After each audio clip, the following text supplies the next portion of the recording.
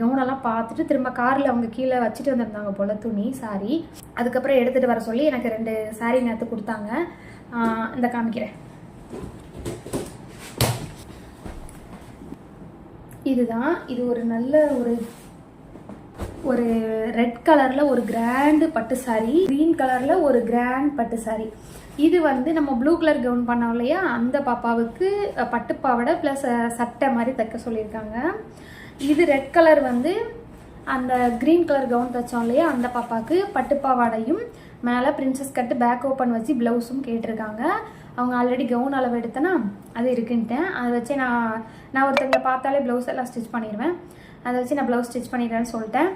தாவணி வந்து இதுக்கு க்ரீன் கலர் அவங்க வச்சுருக்காங்களாம், அதை போட்டுக்குவாங்களாம். இந்த 2 பட்டு சாரிக்கும் அது.